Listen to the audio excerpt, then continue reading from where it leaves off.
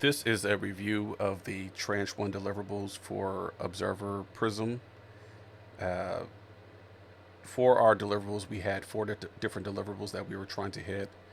One was the um, mainnet ingestion process.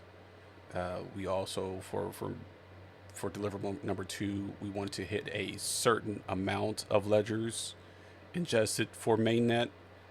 And then for deliverable number 3, we wanted to be able to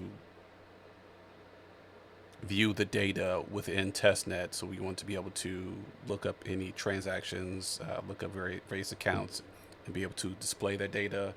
And 4 was the public APIs. So really, those are just the APIs serving Prism as a whole. So as far as 1 and 2 go, believe we hit around 99.8% of the ledgers, so we are very close to network tip. We do have a gap of about 2,300 ledgers that we are going back and we're going to uh, fill throughout this process. To start off, we'll look at latestledger.com. Latestledger.com is our window into our ingestion process. So right now, it doesn't show the actual network tip of where Stellar's at that particular time. It will just show where our um, current process is, where it is as far as ingestion. So if you see that this is degraded or unhealthy, then that means that there is a issue with our testing process at this particular time. Now, it may show higher than 30 seconds, but that is also because of the refresh that we have on the page. So uh, we are definitely lower than 30 seconds, but if you see anything higher than that, then that may mean there's a issue with our ingestion process. So now going into let's go back to the front first. So with Prism, we are trying to say, hey, when you come to Prism, we want you to be able to put in an account, a contract address, a transaction hash, and the goal of Prism is to provide you with a human readable interpretation of what is currently going on for that particular ledger. So instead of just being dumped on a page with a bunch of hash and a bunch of information that may not seem relevant to what you're looking for, we're trying to make sure we just kind of answer a question for the end user. So here we're looking at a hash. So if you put in a transaction hash, it'll bring up the transaction receipt, and it should bring up all that information for that particular transaction.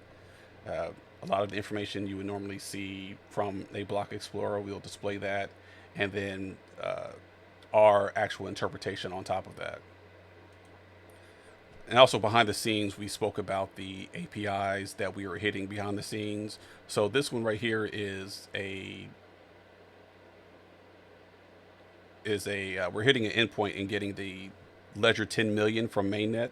So that's just to show that, hey, that yes, we do have this full historical information that we're trying to bring with us. So we're not just trying to show Sorbonne only ledgers or events. We're trying to show the full history.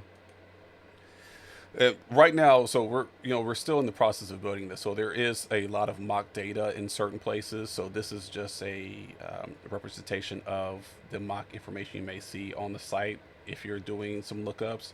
And the mock information right now will come up if there is a slow query or we're not completely finished with that particular section as of yet.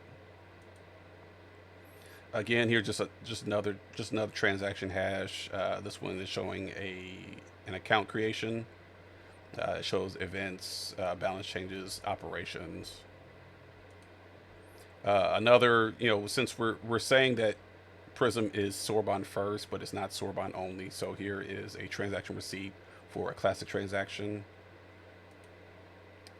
Also, for contracts, you can see that you should be able to see the activity, the interfaces, the recent calls, the storage for that particular contract.